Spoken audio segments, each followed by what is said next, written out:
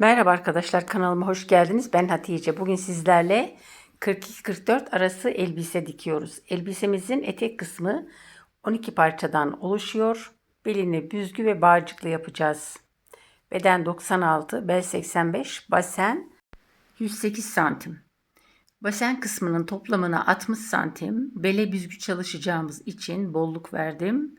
108 artı 60, 168 santim bolluk verdim. 168 bölü 12 eşittir 14. Kenarlara birer santim dikiş payı verdiğimizde 16 santim olarak yarısı 8 santim kumaşı ikiye katladım. Bu kısmın işaret aldım. 1 santim eksiğini bele işaretledim, 7 santim. Etek kısmını 22 santim bölü 2 11 santime işaretimi aldım ve basen çizgisiyle birleştirerek belde kesimimi bitiriyorum. Eteğimizin dikişlerinin aralarına dantel yerleştirip beline de bu şekilde büzgüyle tamamlayacağız. Dantellerimi de kestim. Eteğimizi tamamladık. Şimdi üst bedenimizin, robamızın belden yukarısının kalıbını çıkartalım. Beden ölçümüz 96 idi. Bölü 4, 24, 2 santim bolluk, 1 santim dikiş payı 27. Bel 85 bölü 4, 21,2,5, 21,5 yaptım. Kağıdımın üst kısmında gönyemle kağıdımı düzenliyorum. Bir dik açı yaptım. Bel uzunluğumuz 40 santim. Yukarıdaki çizgiden 1 santim aşağı düşerek 40 santime işaretimi alıyorum. 1 santim dikiş payı verdim. 41 santime işaretimi aldım. Şimdi kol evi derinliğimizi bulalım. Ön uzunluğumuz 40 bölü 2 20 artı 2 22 santime işaretimi aldım ve bu noktadan karşıya doğru bir dik açı çizdim. Belimi de aynı şekilde düzenliyorum. Beden ölçümüzün 1/4'ü 24 santimdi. 2 santim bolluk, 1 santim dikiş payı verdim. 27 santime işaretimi aldım. Ve bu noktadan kendime doğru almış olduğum noktadan kendime doğru 6 santim işaretimi aldım. Ve bu noktadan yukarı doğru 5 santim işaretimi alıyorum. Sırt genişliğimiz 38 santim.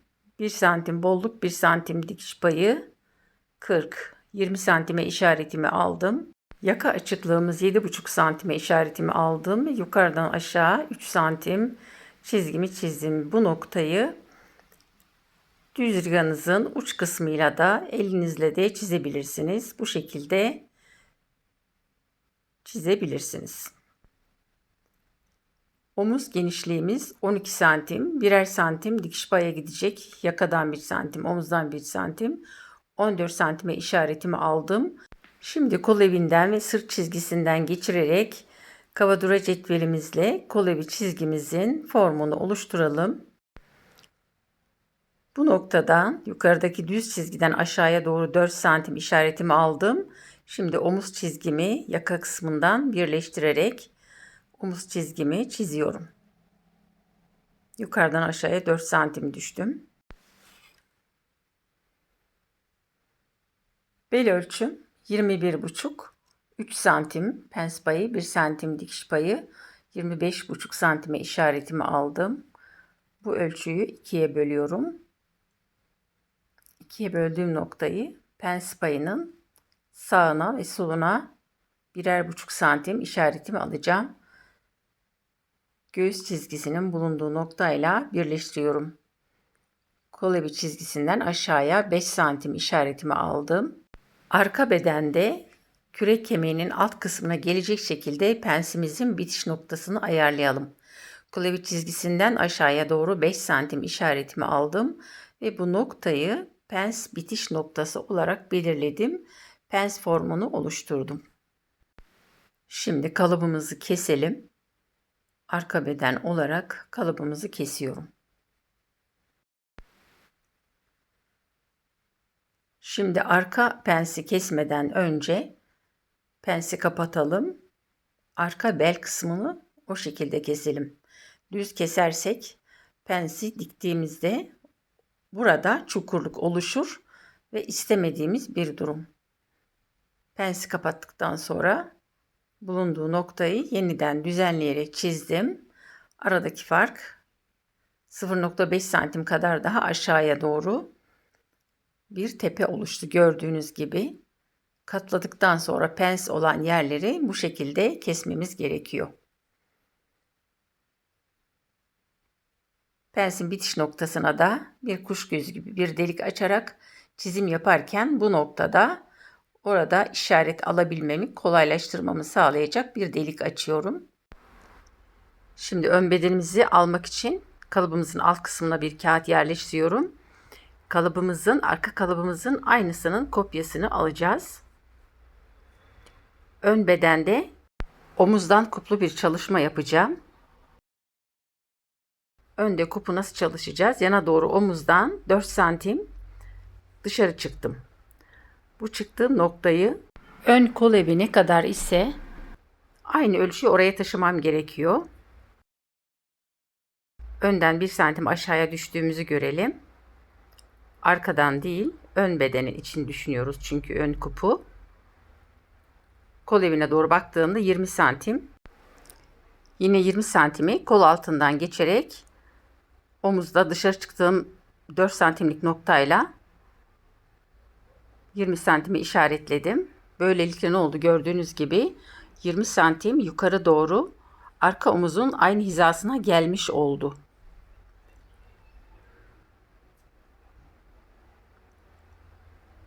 Ön bedenimiz için kumaş katlı çıkartıyorum kalıbı. Daha sonra dikiş payıyla veya düğmeli de yapabilirim. Kalıbımızın netini çıkartıyorum şu anda. Arka bedeni kenara kaldıralım. Beden hattının dik açısının kopyasını alalım ön bedenimize. Ön ortadan iki göğüs arası 22 santim. Yarısı 11 santime işaretimi aldım. Bel kısmında da yine 11 santime işaretledim. Burayı kol evi çizgisine kadar çiziyorum. Burada 11 santim çizmiyorum. Neden? Omuza doğru biraz daha bir yay çizimi oluşsun istiyorum. 13 santim.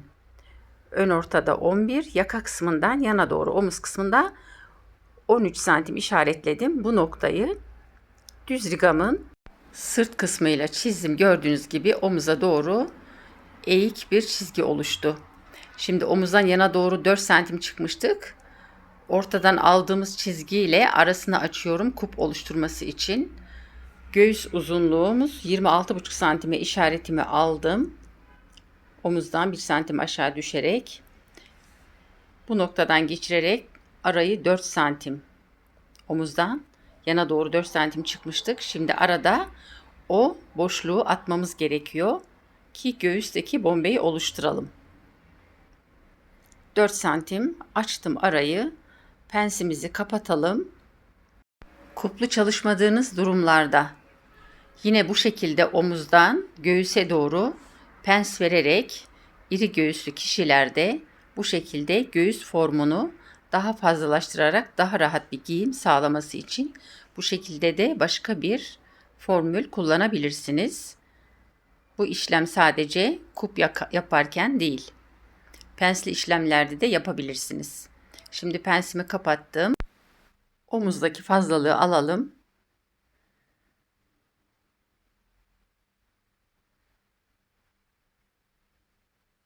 Gördüğünüz gibi göğüsteki bombeyi görüyorsunuz. Dilerseniz yan göğüs pensi de açarak iri göğüslerde ikinci bir pensi de çalışabilirsiniz. Bunu da bu şekilde göğüs çizgisinin bulunduğu noktadan yana doğru 3 santim düz çizgimi dik açımı saptırarak aşağıya doğru çizdim. Şimdi pensi kapatarak bu yandaki göğüs pensine pay vermemiz gerekiyor. Göğüs pensinin altından 3 santim kadar aşağıdan pensin bitiş noktasını ön uzun pensin bitiş noktasını ayarladım ve pensimin yanlara doğru 1,5 santim olan işaretini aldım ve katladım. Gördüğünüz gibi yan göğüs pensinin payı oluşmuş oldu. Gördüğünüz gibi bu şekilde uzun pensi kapatarak yan göğüse dikiş payı, pens payı oluşturmuş oluyoruz. Dilerseniz bunu yapabilirsiniz. Yapmak istemezseniz de sadece omuzdan aldığımız kuplu paylarımızın bombesi yeterli gelebilir. Şimdi ön yakamızın açıklığını verelim. Omuzdan baktığımızda 12 santime işaretimi aldım.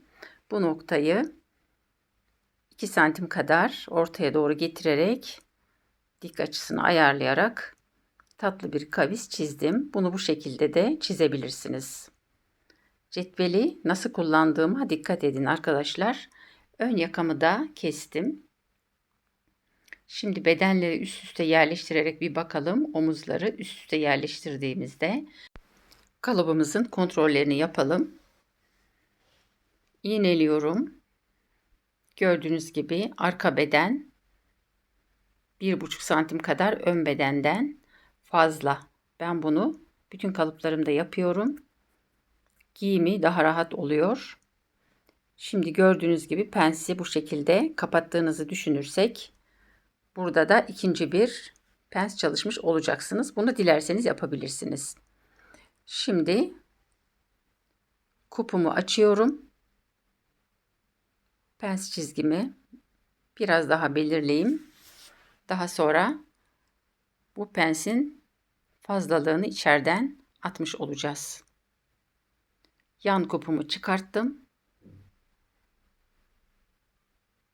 Bunu şimdilik şu şekilde üst üste yerleştiriyorum.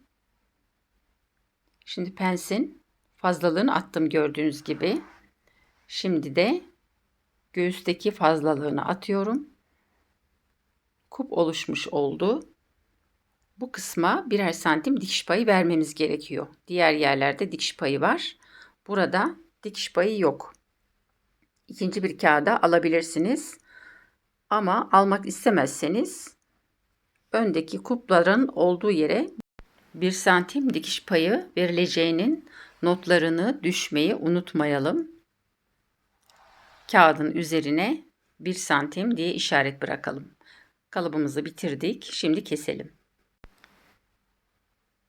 Şimdi ön bedenimizin kuplarını alıyorum. Kumaşı 2 kat üst üste serdim. Kalıbımı net almıştım. Daha önce de söylemiştim. Ön ortası kumaş katlı.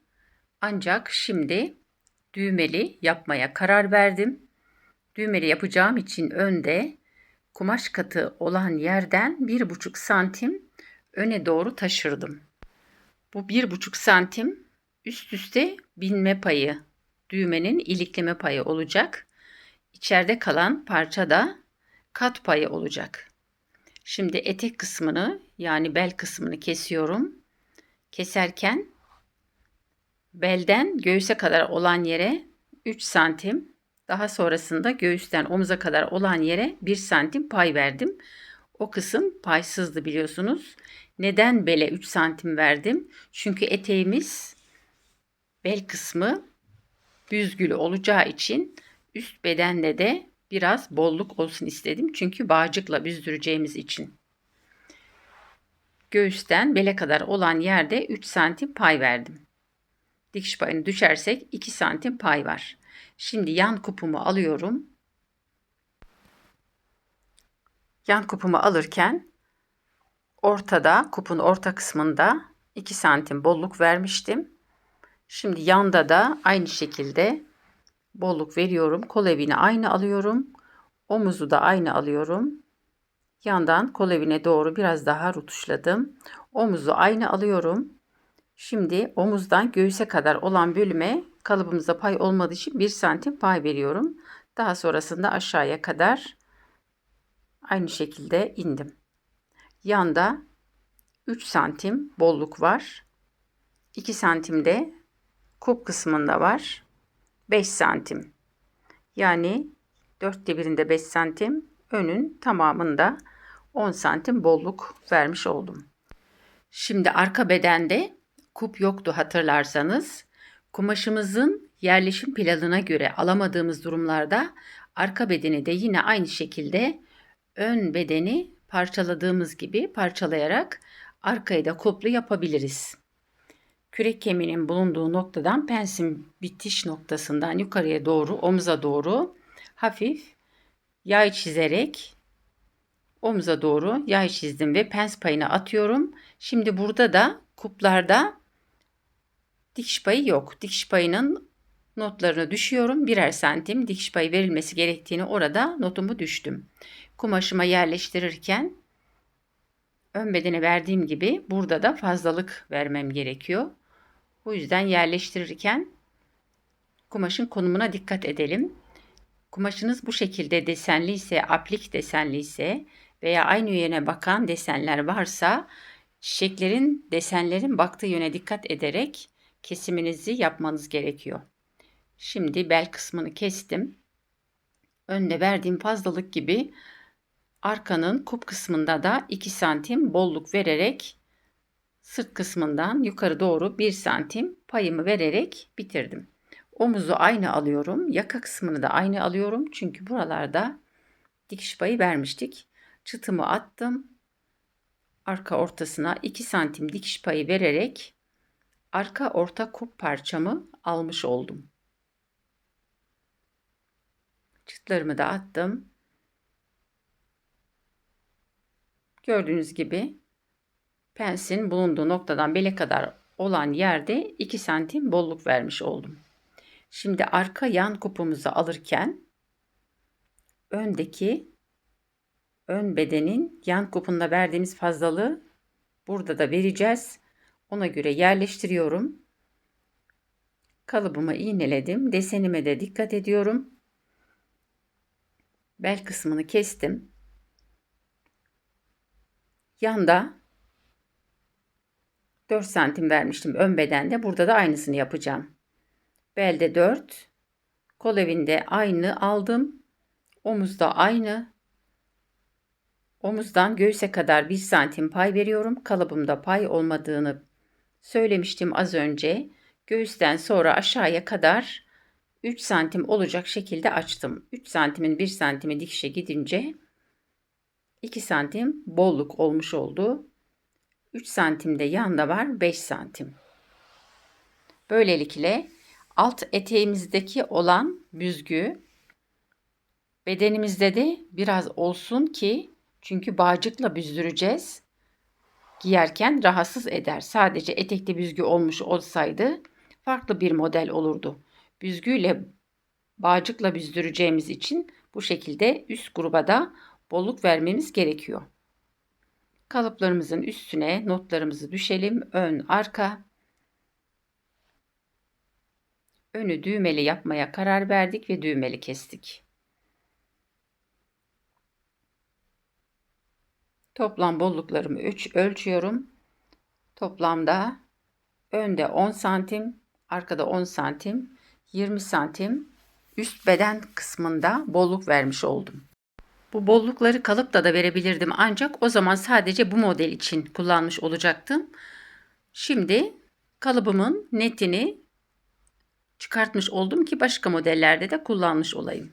Şimdi astarımızı kesiyoruz. Astarımızı keserken elbisemiz 12 parçalı olduğu için astarımızın da etek genişliğinin ona uygun olması gerekiyor. 12 parçalı eteğimizin etek genişliği 20'şer santimden 2,40 yapıyor. Yarısı 1,20 en azından 110 santim astarımızın etek genişliği olması gerekiyor. 70 santim eninde bir kumaştan nasıl alacağız? Bunu yerleştirirken yerleşim planına çok dikkat edelim. Kesmeden önce kalıbımızı yerleştirip 2 ölçüp 1 biçelim. Eski atalar böyle söyler. 2 düşün, 1 söyle. Biz de keserken 2 ölçüp 1 keseceğiz. Önemli olan kumaşı hatır hatır kesmek değil, yok olan malzemeden elbise çıkarabilmek. Çok düşünerek hesap edelim. Şimdi kalıbımı üst kısma yerleştirdiğimde eteğin açılımı bana 47 santim veriyordu. Etek genişliğini artırabilmek için Robamı aşağıya doğru indirdim. Elbisemin boyu bitmişi 111 santim. 113 santimi ölçtüm.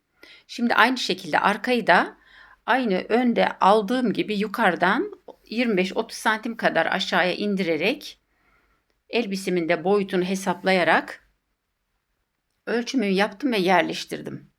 Şimdi bu şekilde baktığım zaman arkanın da boyunu ölçüyorum. Elbisemizin boyu bitmişi 111 santim, 113 santim. Kumaşımı hesapladım. Arka bedeni de yerleştirdim. Bu şekilde yerleştirdiğimde eteğin açılımı daha fazla oluyor arkadaşlar. Öncesinde robamı kumaşın tepesine yerleştirdiğim zaman etekte 47 santimlik bir açı vardı. Şimdi bu şekilde baktığımda robayı aşağı indirdiğimde etek bana daha fazla genişlik kazandırdı. Bu şekilde baktığımda 54 santim alabiliyorum. 54, 108. Yani sadece önde 108 santim etek genişliğimiz var. Dıştaki eteğimizin genişliği ne kadardı? 120 santim. Bu demek oluyor ki astarımızın da genişliği yeterli. Şimdi ölçüyorum. Ölçtüğüm yerden baktığımda 54 santim aldım.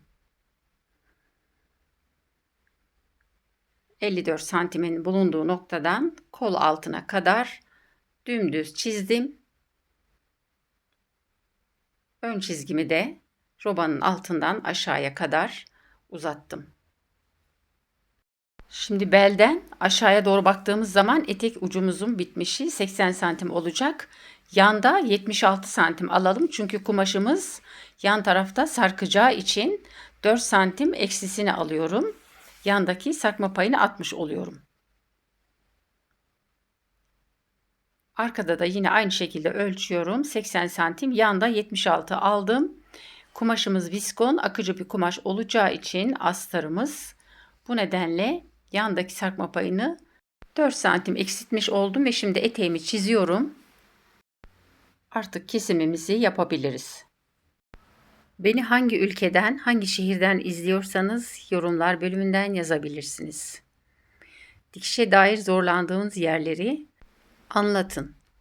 Haydi siz de kendinize artık bir elbise, bir bluz dikme zamanı gelmedi mi? Hadi cesaretinizi toplayın ve siz de benimle birlikte başlayın ve devam edin. İnanın ki cesaret edenler başaranlardır.